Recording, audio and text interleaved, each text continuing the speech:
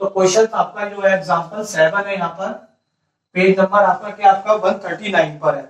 यहाँ पे जो एनसीईआरटी में आपको एक डायग्राम दे रखा है बच्चों, यहाँ पे तो पहले मैं आपको एनसीईआरटी के डायग्राम के अनुसार समझाऊंगा, फिर मैं आपको ये बताऊंगा कि इसको एग्जाम में हमें किस तरीके से बनाना है। तो देखिए क्वेश्चन में कहा गया from a point on the bridge across the river the angle of depression of the bank of opposite side of the river 30 degree and 45।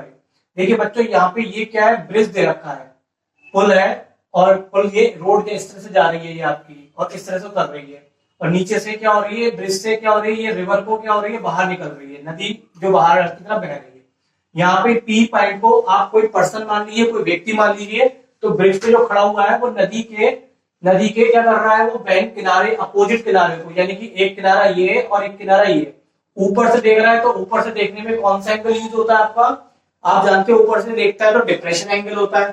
तो ऊपर से कितने एंगल पे देख रहा है आपको, 30 डिग्री और 45 डिग्री के एंगल पे देख रहा है।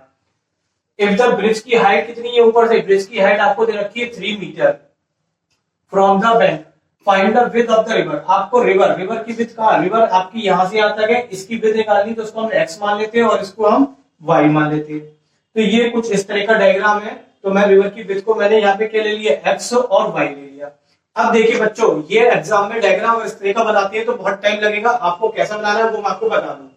से हमारे पास एक रिवर हो गई, रिवर का नाम जैसे कि उसमें ले रखा है इन्होंने क्या, ए बी, और यहाँ पे ये कोई पुल है, पुल पे कोई खड़ा व्यक्ति पर्सन है, ये यहाँ से ऊपर से क्या कर रहा है, इस पॉइंट से इसको देख रहा है, नदी के एक एंड को, और इधर से दूसरे को। एक तरफ से कितने एंगल पे देख रहा है, 30 डिग्री पे, और एक तरफ से कितना देख रहा है आपको, 45। कोई भी एंगल कहीं बना सकते हैं, कोई मैटर नहीं करता है। तो आप जानते हैं जितना एंगल ये होगा उतना एंगल यहाँ पर भी बनेगा 30 डिग्री, और ये 45 तो ये 45। और ब्रिज की जो हाइट दे रखी है वो कितनी दे रखी थी आपको, 3 मीटर की ये हाइट दे रखी है। तो एग्जाम में आप इस तरह का डायग्राम बनाएंगे, ये सिर्फ आपको समझाने के पर्पज से यहाँ पे बुक में दिया गया, ताकि आपको कॉन्सेप्ट जो है वो बिल्कुल क्लियर क्रिस्टल हो जाए और आपको माइंड में क्लियर चीज बातें समझ में आने लगे। लेकिन मैं अभी इसी डायग्राम से आपको करा देता हूँ क्वेश्चन को। तो देखिए हमें फाइंड क्या करना है, ए बी की विड्थ फाइंड करनी है यहाँ पे। तो एक तरफ से x ले लिया हमने इतना पार्ट, और ये क्या ले लिया b, इसको क्या ले लिया y। अब देखिए जितना एंगल ये 30 डिग्री का है उतना ही ये एंगल 30 डिग्री का होगा अल्टरनेट एंगल से। सिमिलरली ये 45 है तो ये भी कितना हो जाएगा, 45। अब आप एक ट्रायंगल से किसकी वैल्यू निकाल देंगे, x की, और अदर ट्रायंगल से हम किसकी निकाल देंगे, y की। कोई भी ट्रायंगल पहले ले लीजिए, कोई मैटर नहीं करेगा। तो हम यहाँ पे कोई भी ट्रायंगल ले लेते हैं, तो पहले वाला ट्रायंगल हमने ले लिया APD, तो ये हमने लिया APD, इसमें हम लगाएंगे tan थीटा का वैल्यू।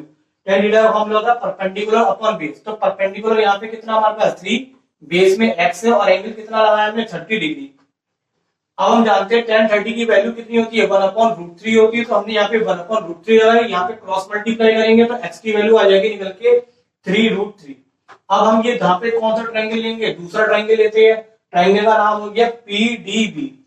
PDB कोई भी नाम किसी भी सीक्वेंस में लिखेंगे कोई फर्क नहीं पड़ेगा। यहाँ पे भी हम tan का ही फॉर्मूला लगाएंगे, क्योंकि परपेंडिकुलर अपन बेस से मतलब है। परपेंडिकुलर आपका 3 है और बेस यहाँ पे y है, और एंगल कितना 45। tan 45 की वैल्यू हम जानते हैं 1 होती है, तो यहाँ से y की वैल्यू कितनी आ जाएगी 3। अब हमसे क्या पूछा गया था, विड्थ ऑफ द रिवर हमें निकाली थी, विड्थ ऑफ द रिवर जो कि हमारी कितनी है, x प्लस y के इक्वल है। तो ये x प्लस वाई, x की जगह हमारे पास जो वैल्यू निकली है वो कितनी है, 3√3।